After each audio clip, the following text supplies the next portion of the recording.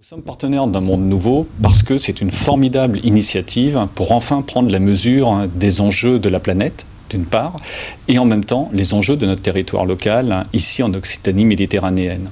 Donc pour nous, être un acteur, être un climacteur, comme le dit notre présidente de région, Carole Delga, c'est tout simplement agir ici et maintenant pour rendre des futurs possibles, pour rendre des futurs souhaitables et essayer de dessiner tous ensemble, collectivement, citoyens, entreprises, collectivités, un monde qui soit plus efficient pour demain. Alors, quelles sont vos innovations dans vos activités ? Alors, nos innovations sont de différents ordres. On a 4 grands métiers de base, un métier d'aménageur, un métier d'ingénieur conseil, un métier de gestionnaire de services publics et un métier de gestionnaire d'espaces verts et de pépiniériste. Dans chacun de ces métiers, nous veillons à être des acteurs responsables dans les domaines de la transition écologique, de la transition énergétique et de la transformation digitale et numérique. Donc nos innovations, elles portent sur tout d'abord comment être plus sobre en énergie, plus sobre en eau, parce que ce sont des ressources naturelles qui peuvent faire défaut.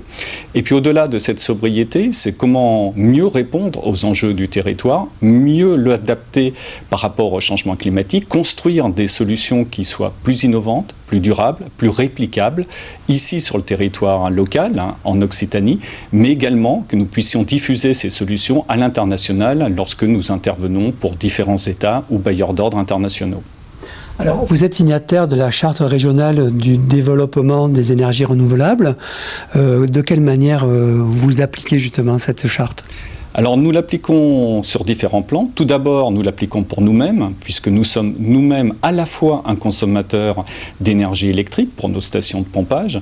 Nous consommons environ 70 gigawattheures d'énergie chaque année, mais nous sommes également des producteurs d'énergie renouvelable, notamment d'énergie hydroélectrique. Et nous souhaitons aller plus loin, tout simplement parce que le long de nos canaux, nous pouvons mettre en place des cellules photovoltaïques et produire de l'énergie verte. Donc nous avons pour ambition, dans le cadre du projet Repose 2050 de la région, d'accentuer la production d'énergie renouvelable et de pouvoir installer entre 10 à 15 mégawatts de production d'énergie renouvelable. Et ça, c'est être concret pour le territoire, c'est être concret pour les citoyens du futur au niveau de l'Occitanie, et puis participer à ce qu'il y ait moins d'énergie fossile sollicitée.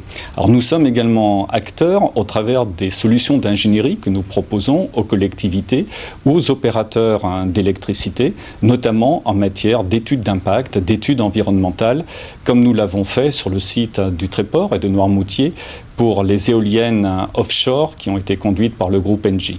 Nous travaillons également avec EDF Énergie Nouvelle et avec différents acteurs, un quadrant, je dirais, aussi en tant qu'acteur local, pour justement les accompagner, proposer des solutions encore plus intégrées sur le plan environnemental.